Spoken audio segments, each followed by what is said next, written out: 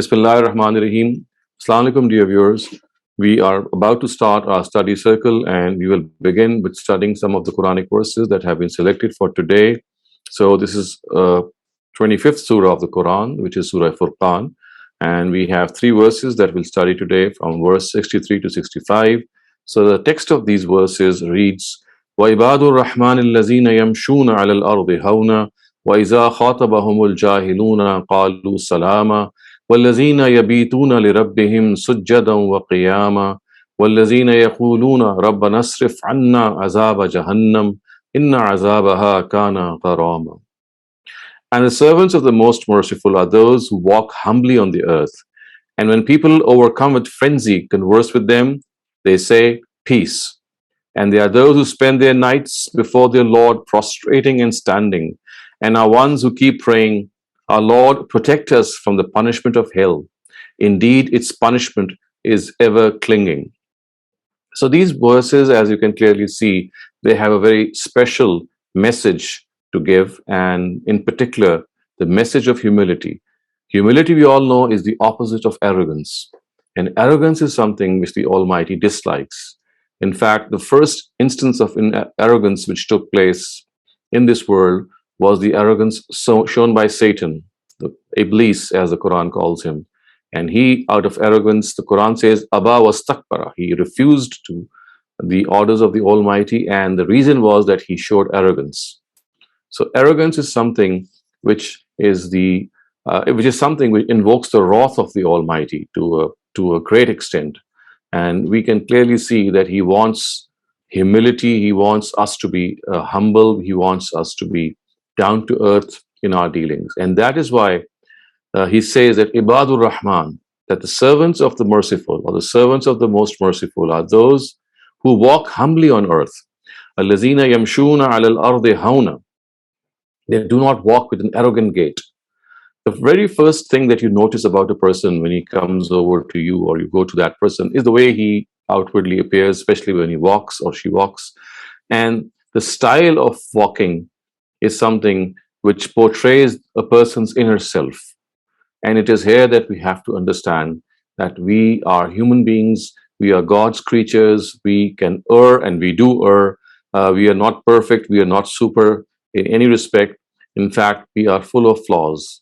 And we have to understand that acknowledging our flaws and being humble is actually the an expression of truth, because as human beings, as humble servants of the Almighty, we have to accept the truth about ourselves. And that truth is a stark reality, which is that we are created in a way that we make so many mistakes, that we have so many flaws in us.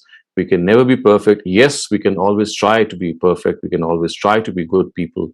But then inherently we have certain flaws in us. And therefore, we have to acknowledge in all humility and in all truths that we can make mistakes, we can err, and we can go astray. And whenever that happens, the Almighty wants us to repent, to once again turn to Him.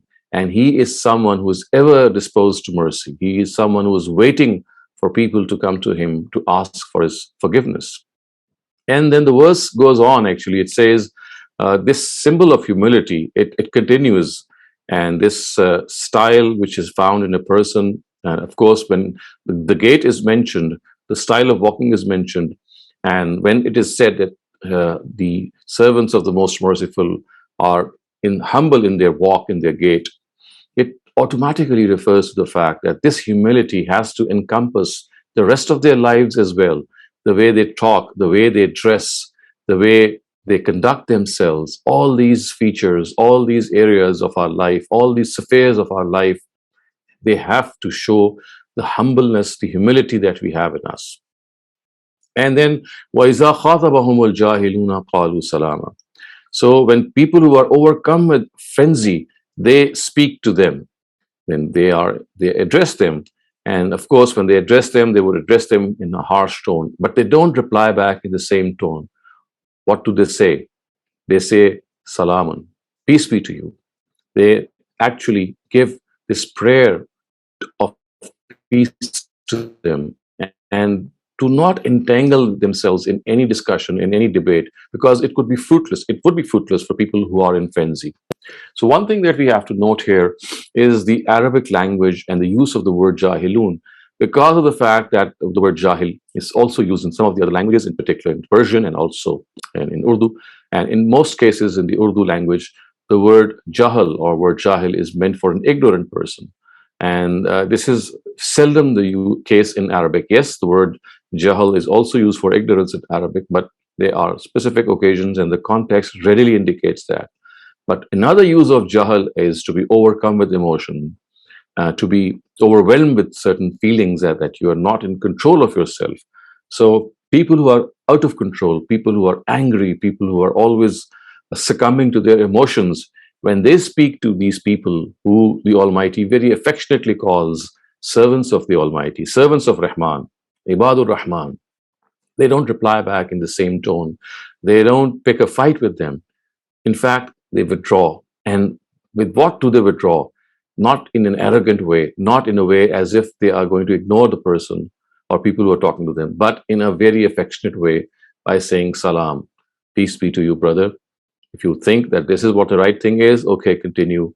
And I'm not going to talk back to you. My prayers are with you. So, Qalu Salama. And in continuing with these traits which are mentioned here, the verses further say, وَالَّذِينَ يَبِيتُونَ لِرَبِّهِمْ سُجَّدًا وَقِيَامًا. They are those who spend their nights before their Lord, prostrating and standing. So, referring particularly to the night prayer, to the tahajjud prayer, to the prayer about which we know it is the most prominent and the most significant of all optional prayers.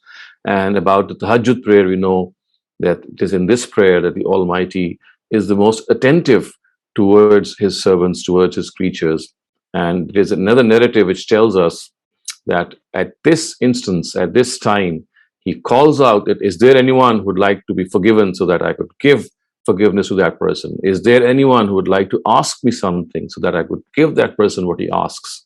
So it is this time of those 24 hours that we spend every day, about which we have been given these glad tidings by Prophet Muhammad, that this is the time when the Almighty listens to us the most. This is the time when He is closest to us. And so it is a time that we have to make the best use of.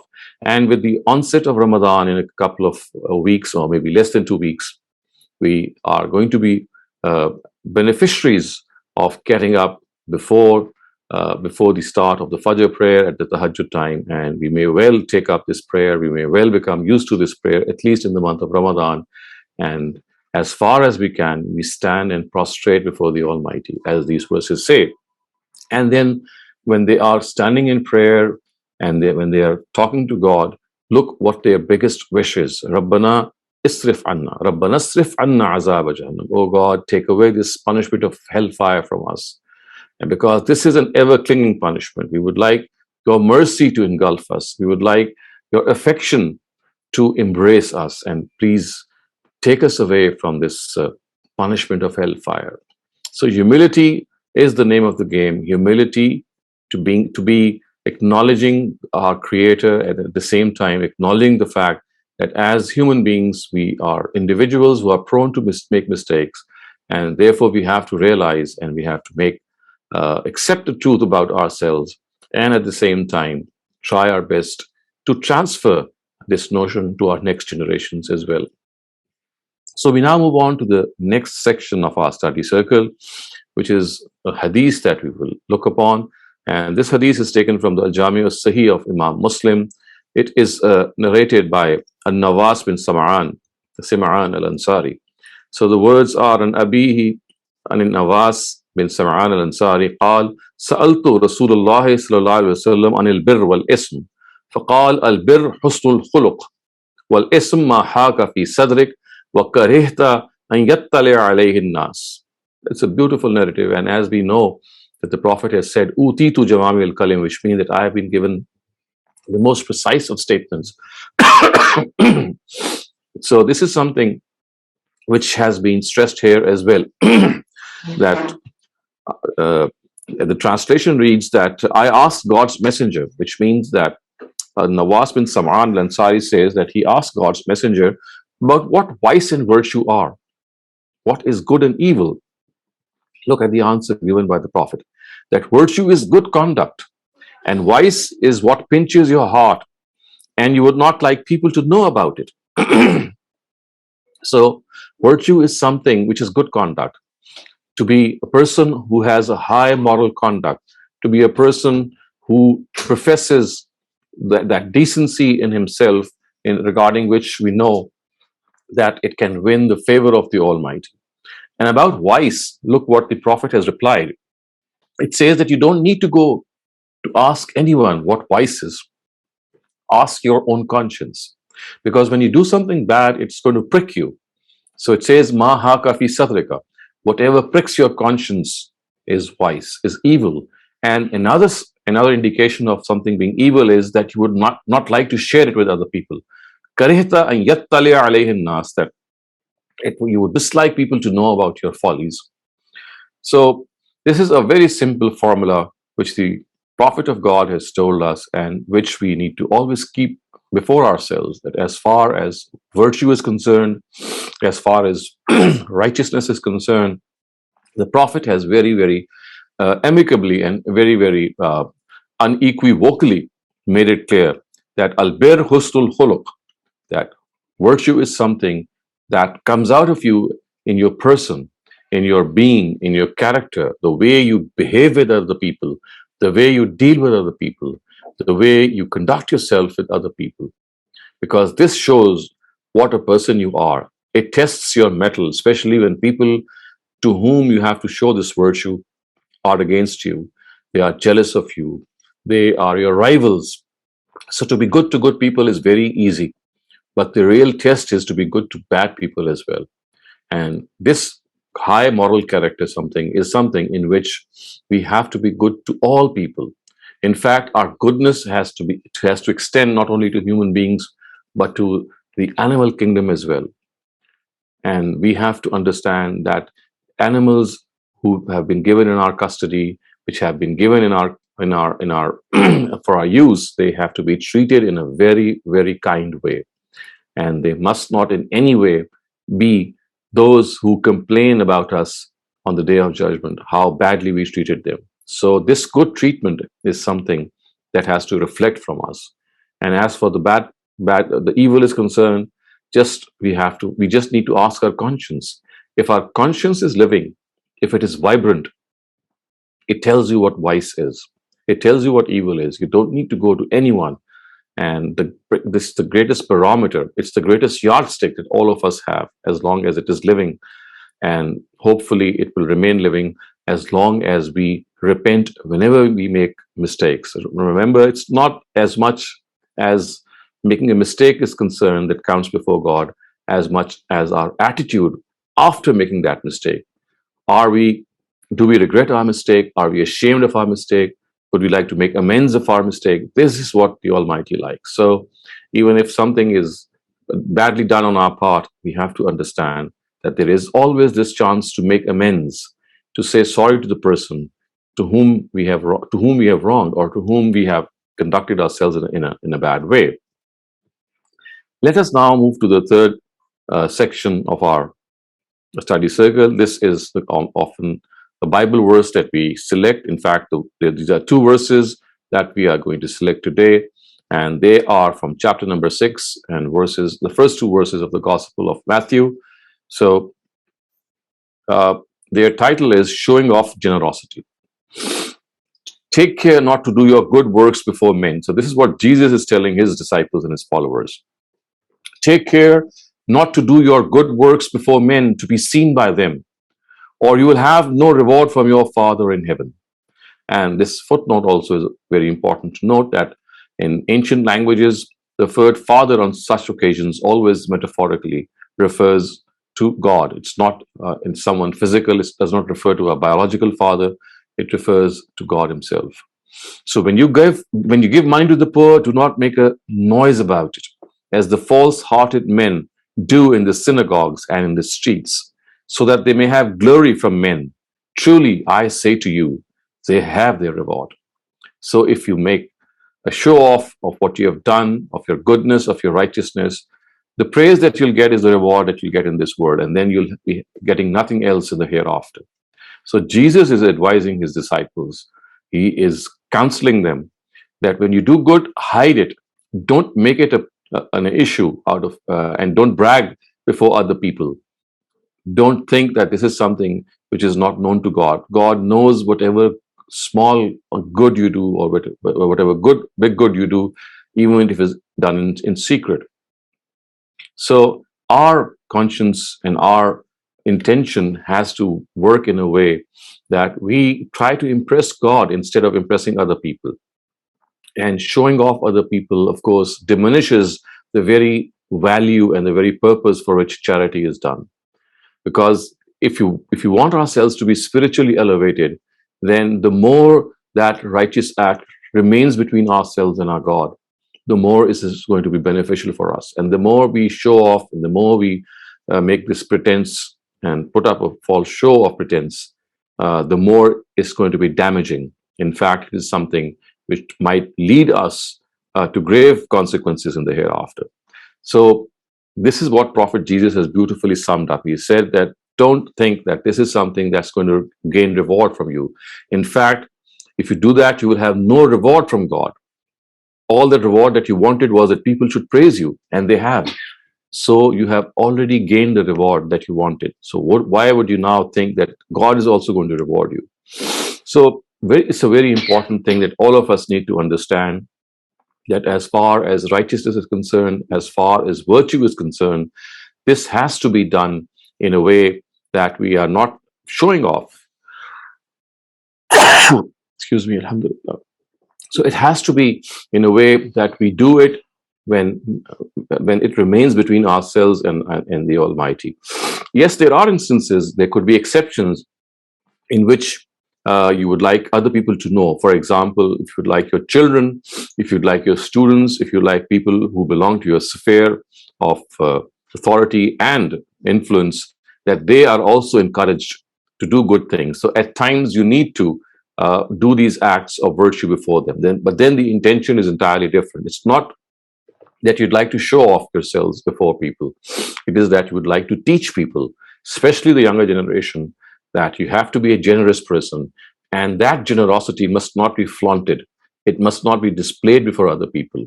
It has to remain between ourselves and our Almighty. So yes, there is this exception in which we can disclose what we have done, but then the purpose here has to be to teach other people, to motivate them, and to influence them into doing these good works.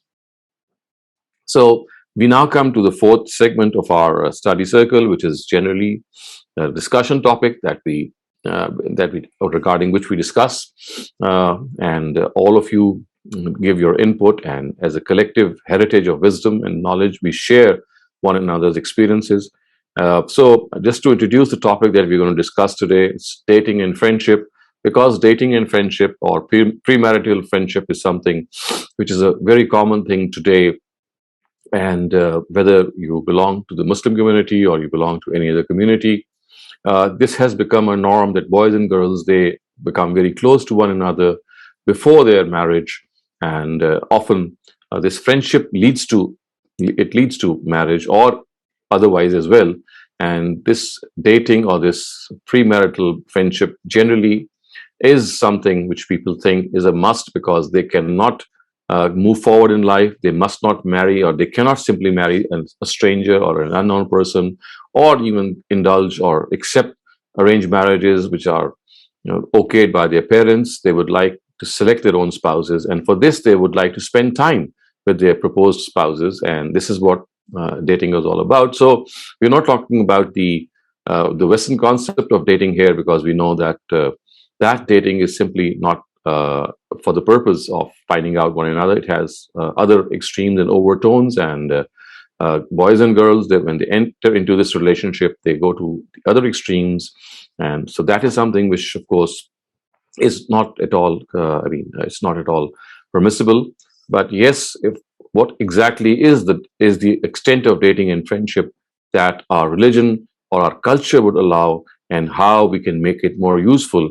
And before I would like you to express your opinion, I would also like to tell you that dating even in the Western society began a couple of centuries ago as a controlled and chaperoned means of communicating with each other, and boys and girls would meet in the presence of their fathers and mothers and their families, and they would get to know each other.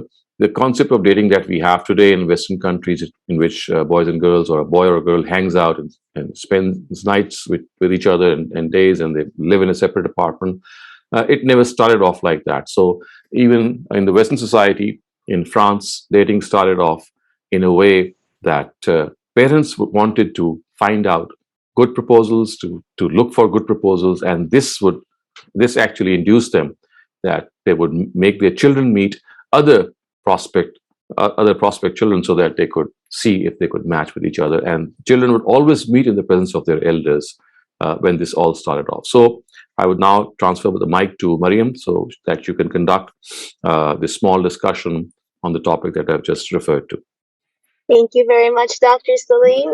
This is a very interesting topic. I can share my 2 cents based on my friends' experiences and what I've seen generally. I'm not going to talk about like the Western ideology, like you said, but rather in my circle, I've seen my friends that were the happiest, or my classmates that were the happiest, were the people who got to find someone through a family connection, or like even online, but their families were involved in some capacity, where they set up, for example, for the guy and the girls to like talk together and then get to know each other from there. But it hasn't been, not like to the point where now both people are meeting separately, or like are chatting separately, and then those people, when they got married, they feel more fulfilled, and they didn't spend much time in that phase where they're like, oh, do I want to marry this person or not? Like, they made faster decisions. They were able to assess, is this person serious in getting married, or if they just want to play around. Whereas there were some other people that I know that talked to many people, they would frequently chat with them, and so once they chose to marry someone, it either didn't go well, or they got divorced, or they're not in very happy marriages. So that's the trend I've noticed. I'd like our participants to, share their experiences too. Personally, I don't know which ones, but I think it depends, from person's to person situation. But I feel that people that are serious are gonna make their decisions a lot faster than someone who isn't. I've also, correct me if I'm wrong, I've been asked before if it's okay to or if men and women can be friends. And from my experience, I think that's absolutely possible, as long as you're maintaining some sort of boundaries. So I know a lot of people say that, being best friends with someone actually ends up making the best relationships, but I don't think that really needs to happen before marriage. That can take place after marriage. So these are my 2 cents. I'm gonna ask the remaining participants to please raise their hands. Please go ahead. अस्सलाम वालेकुम doctor साहब। मुझे ये लगता है कि मेरे अपने पर्सनल एक्सपीरियंस से कि पहले हम लोगों के ज़माने में जैसे होता था, आप 3-4 बॉक्सेस टिक करो, अच्छे लोग हैं, बच्चा पढ़ा लिखा है, और बस 2-3 चीज़ें and you just go ahead. लेकिन मुझे अपने एक्सपीरियंस से पता चला कि अब के बच्चों को compatibility on top of everything है। तो वो जो अभी तक it's still a process of learning. तो ये है कि आप जरा सा तसल्ली कर लेते हैं कि फैमिली इज ओके, बच्चा is fine, and let them meet. और ये है कि ये बाउंड्रीज हैं कि बेटे पब्लिक प्लेसेस पे मिलना है, एंड वी शुड नो कि आप जा रहे हो, कब आओगे, और let them chat as well. क्योंकि अब बच्चों का सबसे जो जैसे कहते हैं ना टॉप ऑफ देयर लिस्ट चीज है, वो ये कंपैटिबिलिटी। एंड आई थिंक कि वो खुद ही बातचीत करके उनको पता चलता है, तो that that is good. Let's see how Right. It goes. Mm. you. Our next participant is MP Naveed Irfan. Please go ahead. जी, इसके ऊपर हम हमारे हिंदुस्तान में भी काफ़ी गौर और फ़िक्र चल रहा था। कभी हमारे ग्रुप में भी डिस्कशन हो रहा था। तो हम ये समझ रहे हैं कि क्या मतलब ये सॉल्यूशन है? मतलब कुछ प्रॉब्लम्स आती हैं, Mm. जैसे कि कंपैटिबिलिटी की बात करें कि लोग आज चाहते हैं कि मिलना, लेकिन क्या हम गैर मुस्लिमों में देखें कि जहाँ पर ये चीज़ हो गई है या वो लोग मिलते हैं, हिंदुस्तान में कल्चर बहुत आम हो गया है गैर मुस्लिमों में कि वो लोग पहले मिलते हैं, इवन तो उसकी वजह से अब तो लिव इन भी काफ़ी वजूद में आ Mm. चुकी है हिंदुस्तान में। लेकिन Mm. उसके बावजूद भी जो इसकी वजह ये है कि लोग एक दूसरे से कंपेटेबिलिटी चेक कर लें, कंफर्ट चेक कर लें, बावजूद इसके मामलात उसके तलाक के और झगड़ों के और जो पोस्ट मैरिटल अफेयर्स हैं, इन सब चीज़ों के मामलात ज़्यादा बढ़ते जा रहे हैं।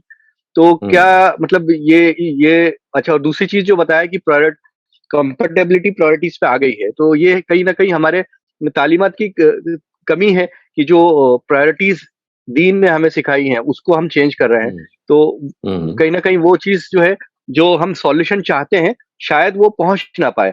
तो इसकी फिज़िबिलिटी होना तो चाहिए कि बच्चों में मुलाकात हो, लेकिन किस दायरे में हो? और क्या ये कंपल्सरी है, या मतलब इसको हम अगर आगे Mm. मतलब उनको फ़ील होता है कि वो करें, या उनको अगर इस तरह की तरबियत दी जाए कि इसकी रिक्वायरमेंट ना है और मुलाकात मतलब जिस तरीके से इंडिविजुअली Mhm. ज़रूरत ना हो तो ना करें, और लेकिन अगर महसूस करते हैं तो एक दायरे में कर भी लें। तो ये एक मेरा सोचना है। Okay. Thank you very much. There are certain other things as well, I think, that we also would like to discuss here regarding dating and friendship.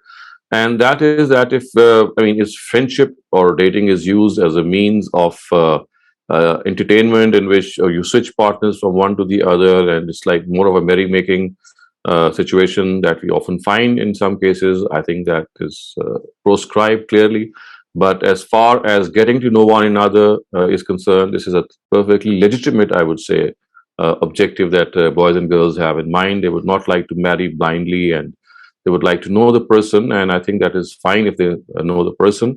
But as some of you have mentioned, that it is always better to meet in public places at times, if in a group, or maybe in the presence of elders, if that is possible. And if you're going to meet alone, then it is better that you instead of meeting alone, I mean, whatever questions and answers you would have for each other could always be discussed through the social media, through some, like, for example, through phones and something like that. Because when you start meeting the other person regularly, it is something that can lead to situations in which your friendship actually does not specifically remain for the purpose of finding out who the other person is. It becomes more, I mean, it becomes amorous at times. It becomes, I mean, an element of lust also can enter into it. So the best thing would be that, yes, as far as finding out the habits and personality of the other person is concerned, it is fine. But anything which is beyond that would be something that would be proved to be a test. And again, one has to also realize this fact that this great attraction which God has placed between men and women, or boys and girls, this is something which is so natural. It is so biologically natural that you just cannot escape it. So all that we need to do is to discipline it, because if you let it loose, it can go haywire. But if you discipline it, it can be used for the betterment of the family and the next relationships with related to the family that come into being. And when a family comes into being in a way that both the boy and the girl, or the man or a woman, they are modest in their ways, they know their limits, then of course this is something which augurs well, and it is a good omen for the next in kin as well. And they also are reared in a way that they are transferred these values, because you see, at the bottom of everything and at the bottom of this family relationship lies this feeling of chastity and modesty, in which you devote yourself to your spouse only, and you would not like your sentiments and your emotions to be devoted and to be directed towards men and women outside the marriage bond. So primarily this is something which protects the institution of family. And I think this is the foremost thing that we have to realize, that any restrictions which religion places on these relationships is to preserve the institution of family. Because you see, a family is the building block of a society, is the basic unit. And if the family is well oriented, if the family has these values, then the whole society can be expected to have good values. But if the family is damaged at the very start, at the very beginning, then we can clearly see what would happen later on. So the interest of religion is to preserve that family unit. And that family unit can only be preserved if the husband and wife, they are devoted to one another and they don't look outside the marriage bond. So what happens is that at times when you have friendships, before you get married, you have friendships with boys and girls have friendships with one another, and then they cross the formal limit, I would say. So I would use the word formal. If the relationship is a formal and you are a formal friend, which means that there is some objective in your friendship. It's not just to merriment. Then things do remain in control. But once it crosses this formal barrier, it enters into other barriers other areas in which, of course, there could be certain untoward situations. And as we know that because of this tremendous attraction which God has placed between the two genders, this is it's like an addiction which can develop in people. And again, religion wants to protect that, because if you develop this addiction of friendship, then there's no stopping you, even when you get married, to devote yourself to your spouses. So that friendship, that streak of friendship, because it has become an addiction, it'll never stop. And that again is damaging for the family system or the family itself, which is going to come into being. So remember, at the bottom of everything, at the bottom of all these restrictions, is the preservation of the family unit. And for that family unit, all these restrictions have to be followed. And yes, if you think that the family system is not the correct system, or we just need to have a temporary relationship with one another, just switch partners from one to another, which is at times the norms in some societies, then that's a separate issue. But religion does not condone that. It does not endorse that. It wants all these relationships to be permanent. And they can only be permanent if they come in the form of a formal marriage contract. So now we can move on to the Q&A session, if there are no Dr. other Saleem. questions. There are two more raised hands currently based off of the discussion topic. So I'll take those and then we'll move over to Okay. Q&A. Just to warn the participants, our Q&A is going to be ending sooner. Our session overall is going to be ending 15 minutes sooner. So because of a time commitment. So we'll have to keep things going a bit faster. Imran Babar, please go ahead. Thank you. Assalamu alaikum, Dr. Wa alaikum assalam. On this subject, now the statistics that we have in the West is that almost every marriage or every other marriage ends up in divorce. People get married once or twice, or even. One of very recent interviews by Jemima Khan, she came forward and said, everybody knows her background, that she would prefer that her parents would have gone and arranged a marriage for her. She thought that would have been a better option. So I think we need to look at this study as well. The other thing is, I think this, dating or meeting the person that you're going to marry is acceptable. And I think it's inevitable in today's society as well, especially with the, boom of social media. I think it's a bit too much interaction before that. Whether people keep boundaries, one of the points is that if you allow that in your family, will the kids keep those boundaries or not? It all depends upon how they have brought up all their life. What is their value? Right. If you have not taught them the value system, throughout when they are 20, 21, you should not expect that they would adhere to that value system at that time. I think that's just a foolish notion. To me, the most important thing, I think some people mention compatibility. I don't know how compatibility can be measured, especially at that age. But one thing I think is the value system. If somehow you can evaluate that person's value system matches with your value system, I think there is a higher rate of success. One of the litmus tests that I would suggest, that if religion is important to you, and with the corruption, especially in our society these days, one litmus test is to check whether, that person you're marrying or the family you're marrying into, they have the same sense of halal and haram or not. That would be a very easy litmus. Right. So, Imran Babar, you have pointed to a very important statistic, which I think is very important to slightly stress here and emphasize that, yes, I have also read this, that as far as the success of marriage is concerned, it is a farce to say that marriages which are not arranged, in which people get to know each other, they are more successful than arranged marriages. Statistics show otherwise. Because you see, what happens is that how best you can know a person, whatever best thing that you can know about a person before marriage, one thing is always going to happen, that after marriage, that person is going to be a different person. Why? Because you see, before marriage, you were just exchanging views or maybe knowing each other. As far as the habits of a person are concerned, as far as some of the nuances of those habits are concerned, they will only come, I mean, you will only get to know them once you start living with that person under the same roof. And this is something, as I said, if you take up our own religion, we know that this is going to only happen after you get married. You just don't live with your spouse or your prospective spouse before marriage. So this is a very important area to understand, that a person, the way he would behave or she would behave, is entirely different from the behavior that you might have estimated about the person when you were just talking to him or her before marriage. Because in such cases, mostly you put on your best behavior, one, and then two, mostly it is the things that interest you or you find in common that you discuss, and you think that, yes, we have similar views, or our families share the same values.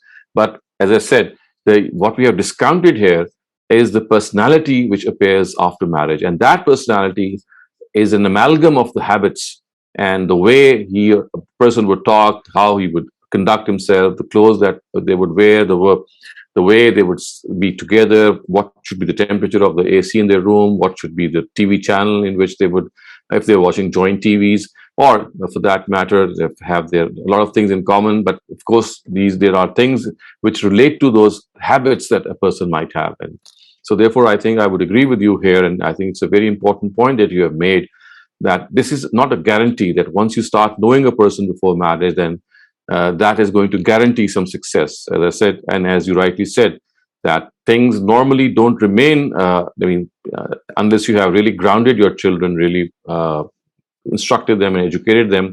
More often than not, they wander into untoward realities, into untoward circumstances. They do rise up. And the boom of social media, as you also said, makes them so close to one another that the charm of living with one another, it virtually ends even before marriage. So some of the things that we have to watch particularly are these, and I agree with you here also that we have to inculcate these values. We just cannot force them. We cannot stop them from meeting one another, because this is the norm today. All that we can do is transfer the experience that we might have gained or read about or heard about to our next generation, and let them take their decision. Of course, they could make errors and omissions as well, but then this is part of our lives as well. And we, as parents, we have to be good counselors. We have to be individuals who connect with our next generation in a way that they feel confident in discussing issues with that. And I think that is the most important area, that as parents, we have to give that confidence to our next generation, that in spite of disagreeing with some of their choices, we are still at their back. We still support them for whatever they are doing. We might not agree with what they are doing, but as parents, we are supporting. We're going to support every decision that they make. And even if they may take a wrong decision, we will support them, because at the end of the day, this is a gamble that all of us have to make. And if we realize this, I think things might improve. So thank you very much, Imran Babar. It was a very, very significant contribution that you have made. Thank you. Baran Nashur, you're up next. Baran, you can go ahead, and Yes. the team's working to fix the video. Yeah, so regarding the topic of dating and friendship, I myself am quite a young chap, and I'm trying to find a spouse as well. And recently I was talking to a sister, and well, what we did was first, we got to know each other for like a week, talked to each other on social media, and then we got told our parents and stuff, and we got involved like that. And then in the end, well, for some reasons, didn't quite work out, so we ended it. But I was wondering, like, if this was the right approach that we did, that we first talked to each other, that we got to know each other, and then we involved our parents, or if I should have gone to her father immediately, because that's what Islam tells us to do, that we should go to her wali immediately and talk to her father first. And like I'm quite kind of doubting myself if because I did not do that, it did not work out, because in the end, because the families were not quite compatible, let me say it like that. So if I had done that first, I would have I wouldn't not have wasted my time and energy and feelings, because some emotions got invested as well from both sides. So I don't know if I made the right or wrong decision, or what I should have done. So I think my answer to this question would be that there is no hard and fast rule in this regard, that you necessarily need to go to the family of the person that you are being in touch with. It can work both ways. At times you start off with that relationship in which you just have that initial information, and then as you would you feel okay, then you talk to the father, or maybe you talk to your own father or mother first and tell them that this is how you are proceeding, that you are meeting someone and you are involved in that person, but slowly you would like to take a decision. So I think going to the parents of the proposed person should take place once you have a positive opinion. It's nothing in which the religion stops you, that as soon as you see someone, you just go to the parents of that person. No, you have to get to know. You can get to know that person. It's the choice that you have. You can immediately involve your parents, or you can take some time and first assess yourself. So I think it's something that you need to learn from experience. But in different cases, there are different scenarios which arise, and there are issues in which at times when your parents would suggest someone, the suggestion would come from them, and you just need to follow that suggestion. And at times you find someone, and then you proceed, and then you involve your parents. So I think it can work both ways, and there's no hard and fast rule, and there's nothing which is against this. All right, thank you. Thank you very much, Dr. Saleem. Simple, please go ahead, and we'll start the Q&A right after. अस्सलाम वालेकुम doctor साहब, मुझे बस ज़रा I am going through this process, क्योंकि questions भी होते हैं कि we just look into statistics के डाइवोर्स कितनी हो रही है, लेकिन हम ये वाली चीज़ भूल जाते हैं कि कितनी मिजरेबल रिलेशनशिप्स हैं, और कितना अब ये वाली जो जनरेशन है, माशाल्लाह they are accomplished and they have their standards. पहले होता था कि अच्छा जी बेटे, आप this is good good good, आप बस जाएं, और अगर if he is raising his voice and if he is stressed, he is just not being nice, you just deal with it, bete. It's part of, and that was how we were raised. अच्छा, husband से गुस्सा हो गया, friends में जाके बैठे, उसने कहा कोई बात नहीं, ओ मेरे साथ हुआ ये, चलो forget about it, that's it. But ये वाले बच्चे कहते हैं कि if I am not allowed कि I should shed my stress on him, why should he be doing it? और it's not a matter of getting divorced or whatever. आप जिस सोसाइटी में रह रहे हैं, being happy is very important, क्योंकि यही सोशल मीडिया है या आपके जो सोहबत है वो आपको बता रही है कि just being in a relationship is not enough. You should be happy in that relationship. और ठीक है, अप एंड डाउन होते हैं, लेकिन अब वो वाला सीन नहीं रहा हुआ कि जी अच्छा बेटे अब आपकी शादी हो गई है तो मिजरेबल और not, just stay with that guy, और यही आपको चारों तरफ से मिलेगा।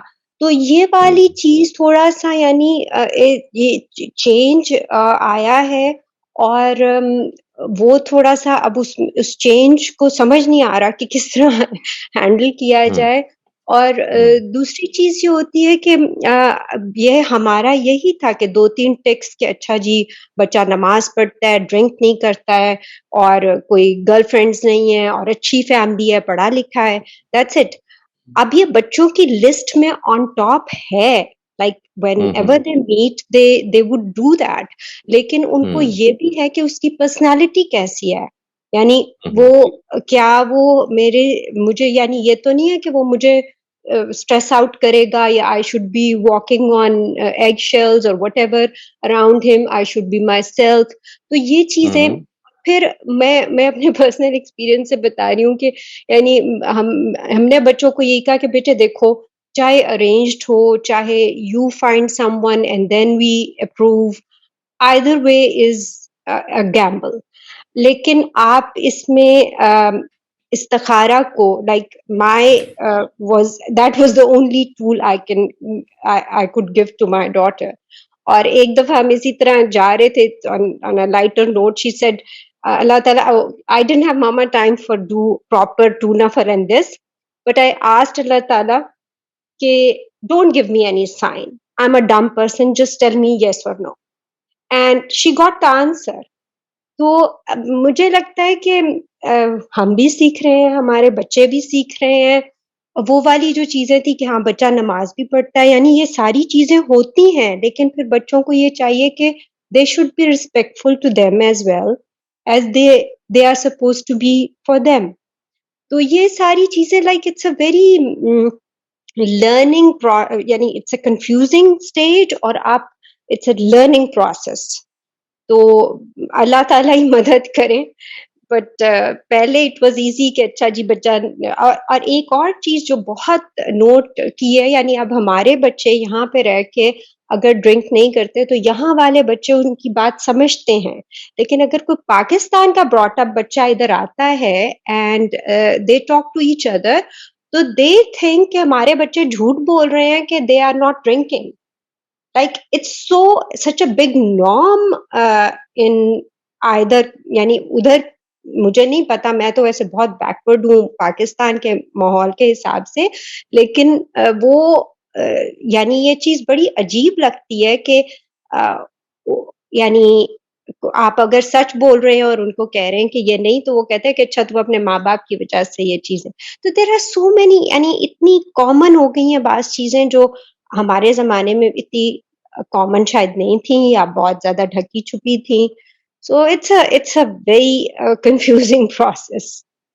So I think one important point that I'd like to add here after hearing what Sumbul has just said, actually what has happened is that especially in our Eastern cultural societies like India and Pakistan and Bangladesh, divorce, I mean, was something that was considered an anathema. And once a daughter or a girl would get married, this was the end of everything. There was no point, I mean, there was no chance of her coming back. So, such was the strictness in that marriage that instead of, I mean, if you tried your best and you're still in a miserable situation, the chance of a divorce was always there. I mean, this was an outlet which has been given by religion. But somehow or the other, in so many years, the fact that divorce should not take place, even if you are in a misery, was made the norm, and women were made to suffer a lot. So you see, this was a reaction to that suffering that we now see. That on the one hand, there was this picture in which, come what may, you had to die with the person that you had married, and on the other hand, now you have become so hesitant that you take a lot of time in deciding whether you should get married to that person or not. And if you do, then you always exercise the right to divorce immediately without giving it much time. So always we have to remember this, that mankind, and as we see in history, so we develop ourselves as reactionary people. On the one hand, at times we are compressed, or we are depressed, or we are pushed to a corner, and then as soon as we break our shackles, we go to the other extreme. Look at feminism. Exactly, this is what has happened. Look at the LGBT community. Exactly what has happened.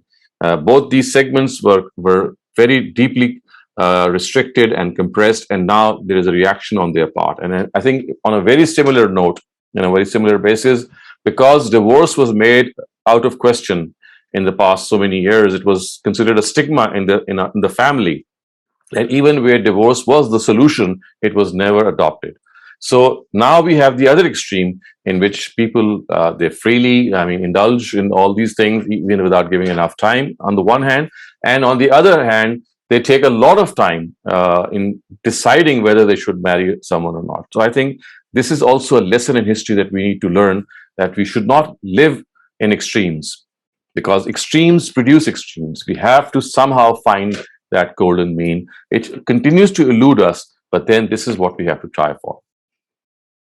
Thank you very much, Dr. Saleem. We have a couple of raised hands for Q&A, but before I go on to that, we've had a question from last week that asked, do we get rewarded for just reading the Qur'an without understanding it?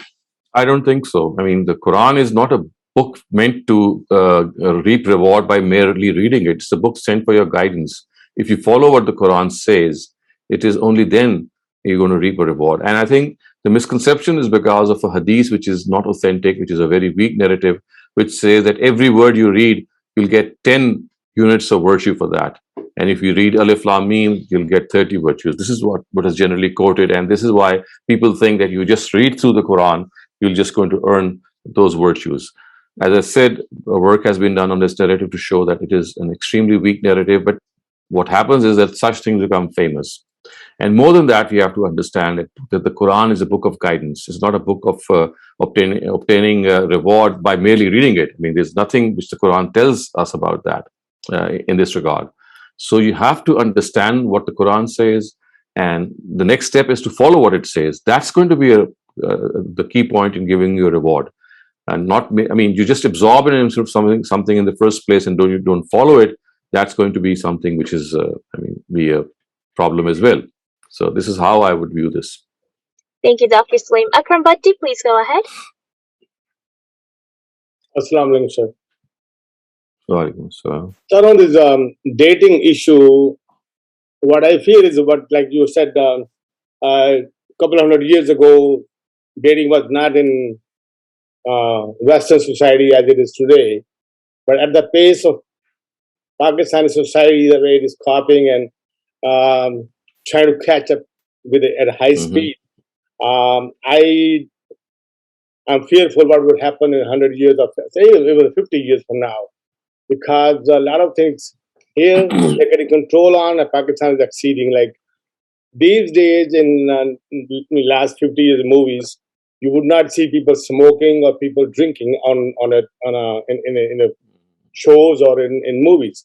Whereas Pakistan now showing in movies people drinking, people smoking. They just started that, these days, and so our society is deteriorating at a very fast pace. So I wonder if it's not controlled somehow or the other, what would happen? What would be the situation in next 50 years, even forget about 200 years? And the only thing I see is, I'm here long time, that the upbringing is the key factor. I know a lot of Pakistani people who are my age, with the old age, that they never drank or smoked over here, but there are a lot of people who came after us. Oh, they've been drinking, they're smoking, and everything. So the only cure I see is the upbringing in a very controlled and very religious society, or actually showing the kids the rights and wrongs and inculcating in their minds. Otherwise, we are on a very fast and wrong path. That's what I think. Thank you. Right, I think your concerns are well noted and well taken. All of us have these concerns, and there's nothing that we can do except, as you said, and as rightly many other participants have said, that it is the grooming of the next generation which is of most important. This is the most important thing, which is going to make or break. It has such a decisive influence on in our lives. So that again gives us this lead that as parents and as people who are responsible citizens, we must learn the art of parenting in this regard. And that is, I think, the first step. Thank you very much. Riaz Khan had a little comment to add as well. So Riaz Khan, please go ahead. Assalamu alaikum. The second generation that we have here, especially in Western countries, The parents are confused. The children, of course, are acting the same way. They keep postponing or pushing the marriage time or marriage age to later. The priorities are basically not there in terms of finding and settling down. So, and when they reach an age that they've matured, maybe about 30s, it's getting harder and harder for them to stay together because they've already developed a sense of independence and living by themselves. And I see a lot of decent families are unable to in other words, to have their children or the children themselves after marriage. They just are unable to maintain. Now, I can understand the women have gained a lot of independence and they like or dislike, but for some reason, I see there's just a lot of discontent and divorces in the youngsters. So, and youngsters being over 30s, not, again, I don't know about younger, but that's just my comment. Correct. I think that's very well put. Thank you very much. Baran Nashir, please go ahead. Assalamu alaikum wa rahmatullahi wa barakatuh. I had a question about the showing off, like if you do a good deed, don't show it off.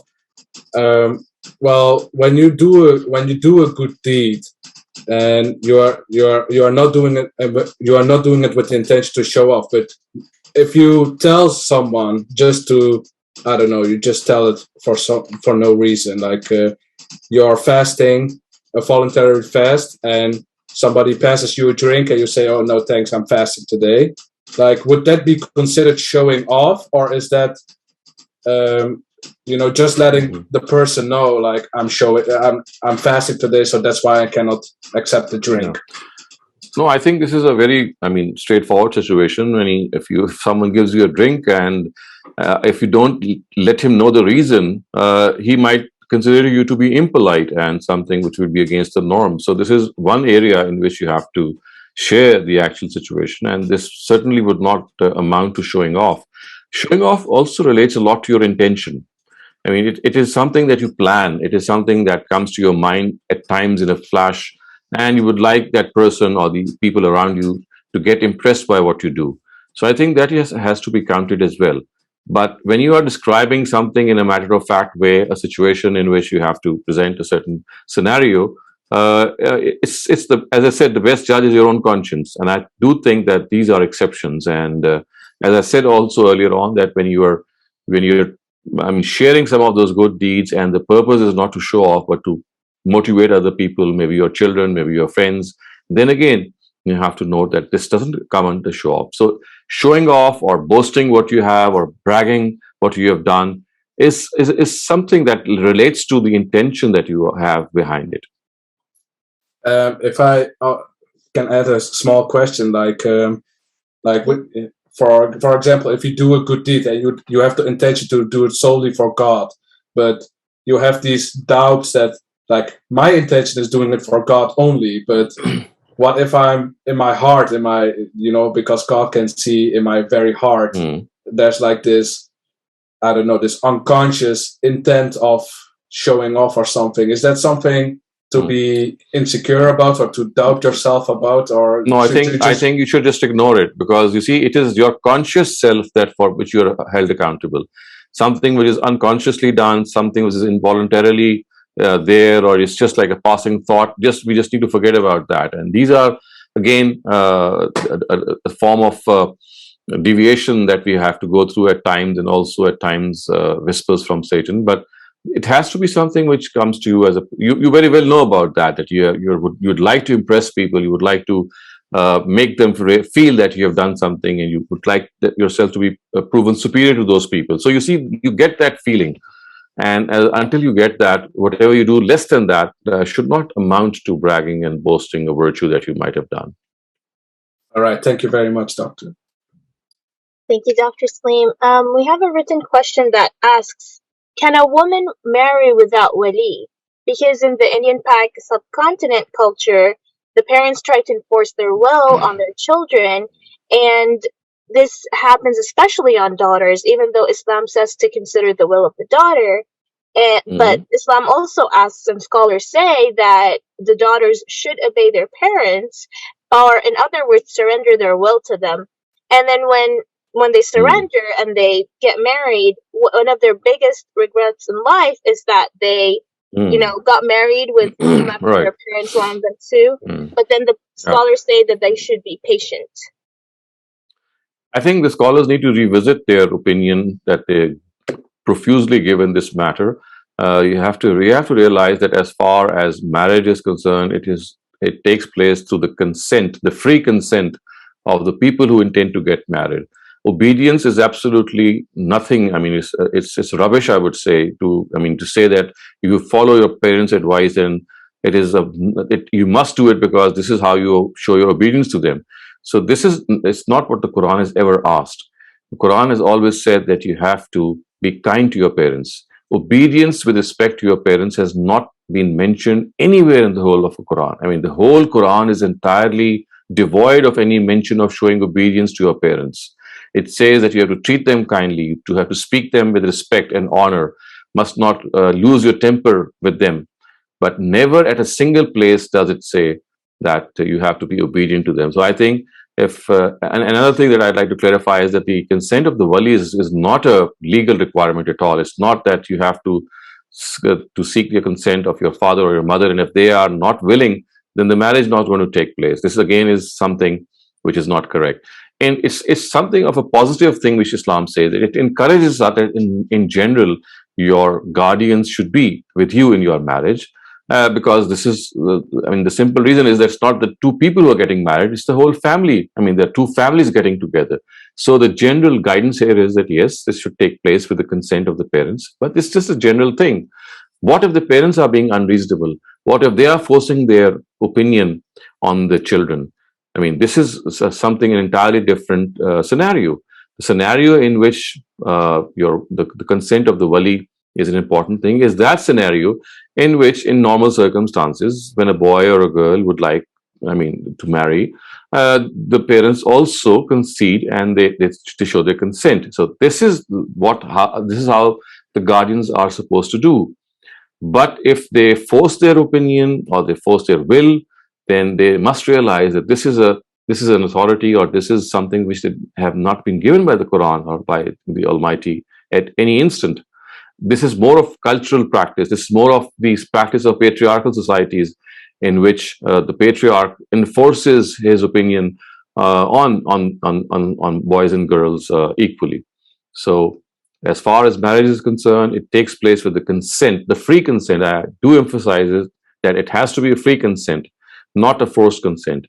And parents must realize that their job is to counsel and to suggest whatever best they think is for their child. But if the child, of course I'm talking to the grown-up child, if the child makes a different decision, then parents have to back away, even if they think that the child is making a wrong decision, because this is a freedom, this is some freedom that God has given them.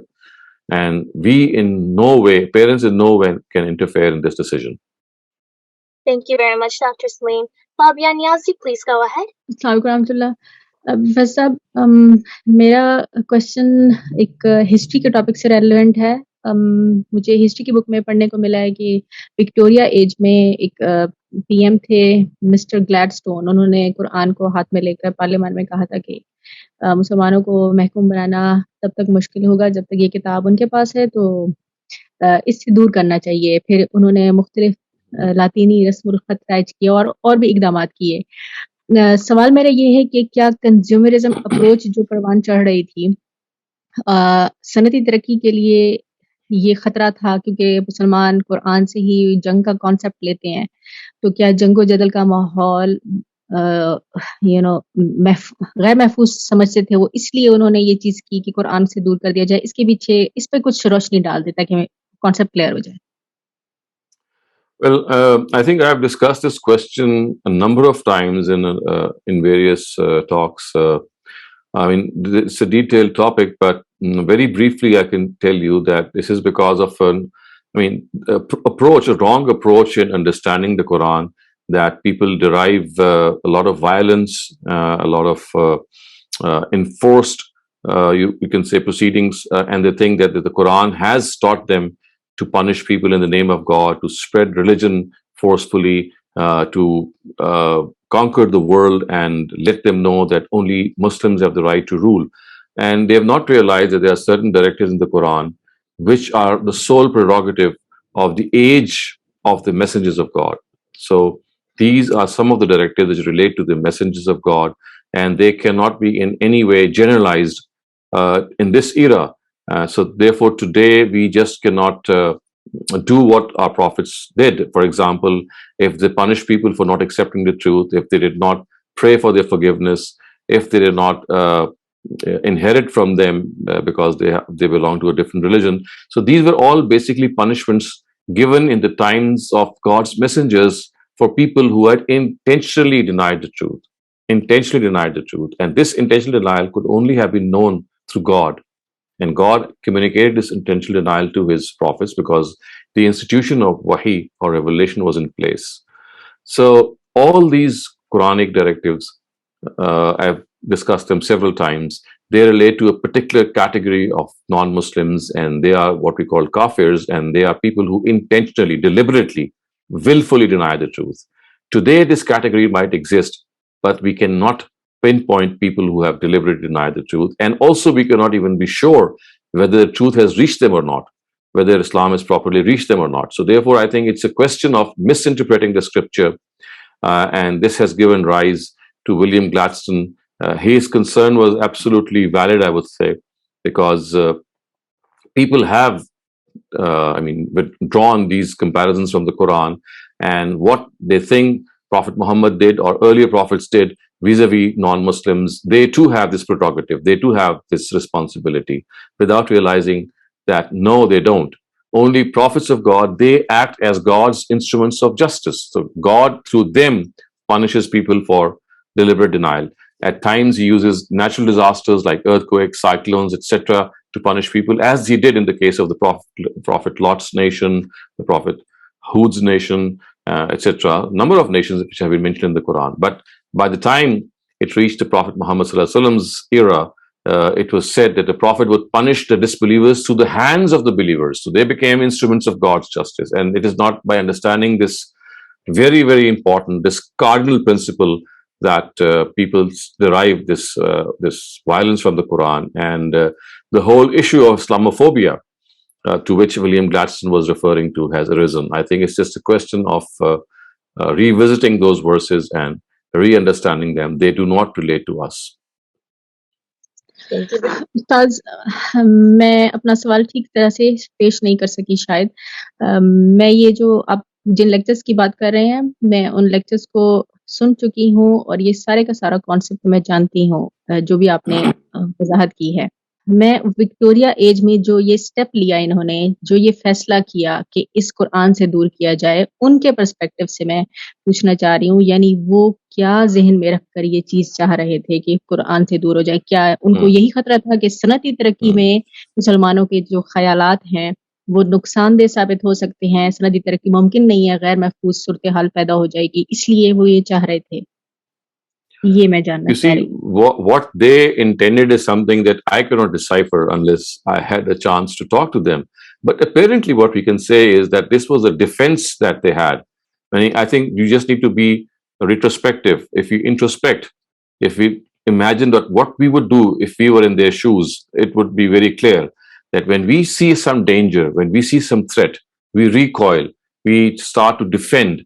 And I think it's a perfectly natural reaction that when you feel the threat and danger of death and anarchy looming around you, what would you do? What would I do? What would people do?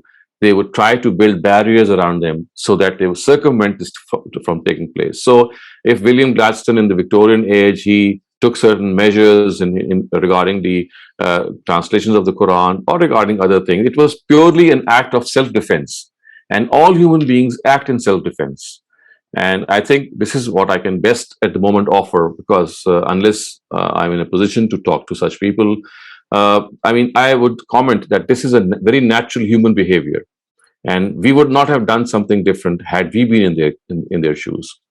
जी, ये 1857 की जो जंग अजीम हारे थे हम लोग, इसके पीछे जो वजूहात बताई गई हैं उसमें ज़्यादातर यही दिखता है कि कुरान की तालीमात से लोग छोड़ चुके थे।